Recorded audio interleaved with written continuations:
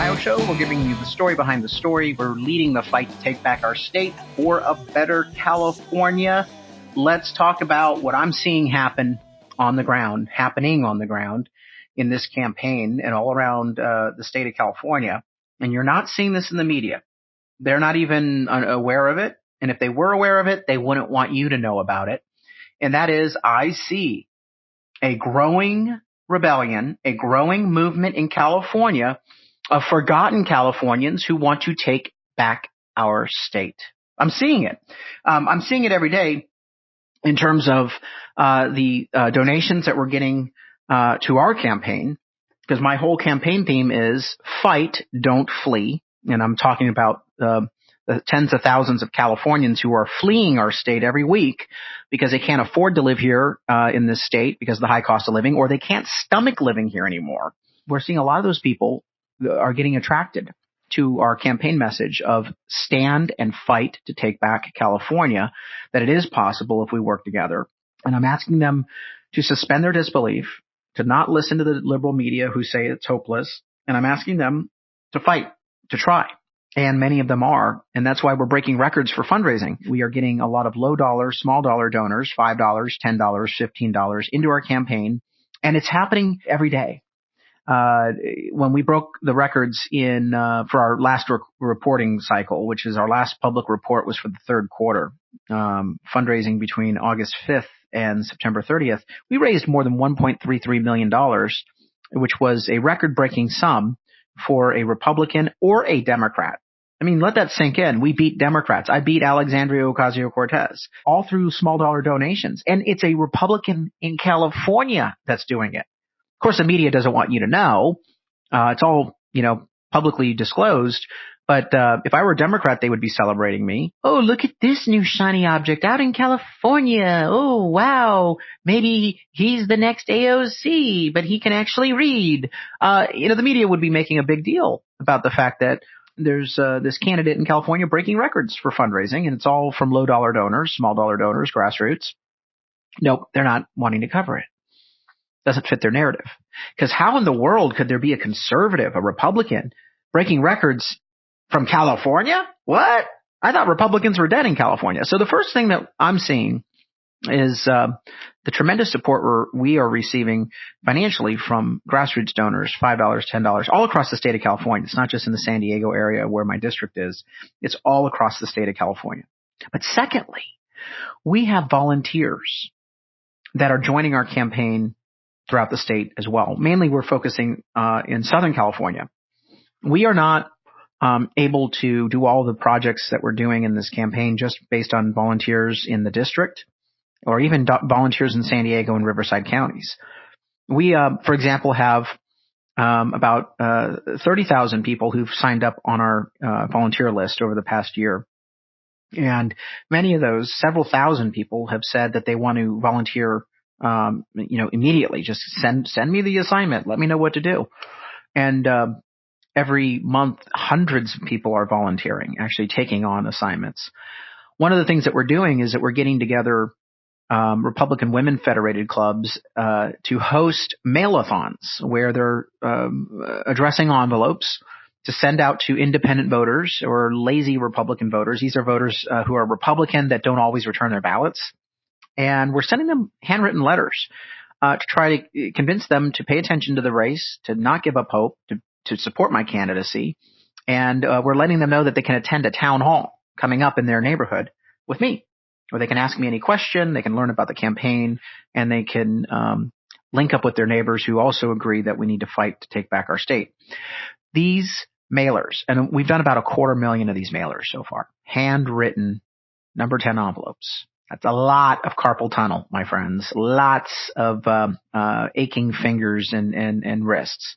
But we want to be able to do it without all these hundreds and hundreds and thousands of volunteers that are participating. We have mail-a-thons in Los Angeles, Santa Barbara, Palm Springs, Orange County, all throughout San Diego and Riverside counties.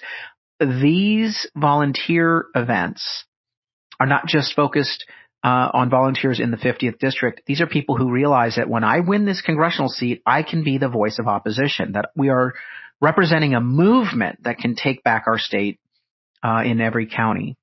Now, that's volunteer enthusiasm. Let me show you or explain another area where I'm seeing enthusiasm. That is at our town halls. Think about this. You're busy. You got a job. You got your church. You got your volunteer work. You got your family. Do you really want to go to a political town hall at 6:00 on a work night? Or worse, in the morning on a Saturday or Sunday? Nope. You don't have time for that. But we are doing town halls around the district, and they are packed. Talking 100, 150, 200 people at each of the town halls. And the pictures are on my Instagram and my Facebook pages. We post photos of the turnout at the town halls. I'm seeing people come to their very first town hall. I love it. They're not all Republicans. Some are disaffected Democrats. Many of them are independents.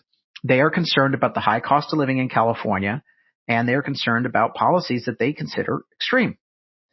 And so I'm seeing this on the ground. Here's where I think we need to go with this movement.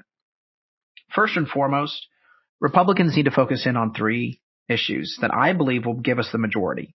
First, cost of living. And what better way to talk about the cost of living than the high taxes? And what better way to illustrate high taxes than the cost of gas? Oh yeah, that's right. There's an overarching theme of California costs too much. It's because of the bad policies of the socialist Democrats. They're implementing high taxes. The taxes, for example, on gas give us, gas that's $1.50 more than the rest of the country. Vote the Democrats out. If you want more affordable cost of living, vote the Democrats out. Look at the gas pump, and that's the thing that they see every week. Cost of living needs to be the first message of all Republicans statewide. It's too expensive. Let's lower the cost of living, starting with the gas tax. Second, let's clean up the streets. People physically see the homeless everywhere they go. They know that the homeless have mental health and substance abuse problems.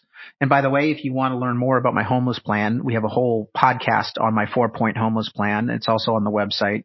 You can go to carldemaio.com. But people see the homeless epidemic every single day. They see the filth and the crime that goes along with the homeless epidemic. They know that those are lives that are being lost, that we could save those lives if we took a tough love approach and actually enforced our laws. And that's part of the bigger message, which is not only do we have filth on the streets, but the reason why we have filth on the streets is that Democrats don't want to enforce the laws.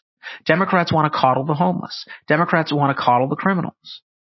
So the whole concept of filthy streets or unsafe streets is the second message to hammer home on. Cost of living, clean and safe streets. Third, hope for the next generation. And that's where we talk about our children. And when we talk about our children, we need to talk about the fact that more than half of the schools in California are failing basic proficiency exams, reading, writing, and arithmetic.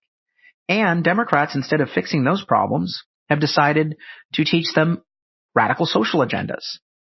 We no longer teach history. Instead, it's ethnic studies, talking about how America is bad and that we are abusers of human rights. We no longer teach the basics. Instead, we say, well, let's talk about sex education and gender reassignment surgeries. Oh, yeah, that's what's going on. And so we need to talk about how our children are being robbed of their futures by not getting a quality education. Cost of living, clean and safe streets, and hope for the next generation by giving quality schools. Those 3 issues will bring us the independent votes that we need, will bring back our Republican votes, and even win over some of the Democrat votes. This is the message I'm conveying about our fight to take back California. It's resonating, and the media doesn't even see it happening. But you can be part of it. You can see it up close and personal. I need you to volunteer. I need you to contribute. I need you to support the campaign. Join the movement. Go to carldemaio.com and see it for yourself. There's something special going on. Let's make it a reality. Let's grow this. And if we do, we will be able to take back the state that we used to be so proud of. Fight to take back California. We'll pick it up next time. Thanks for listening. Share the news.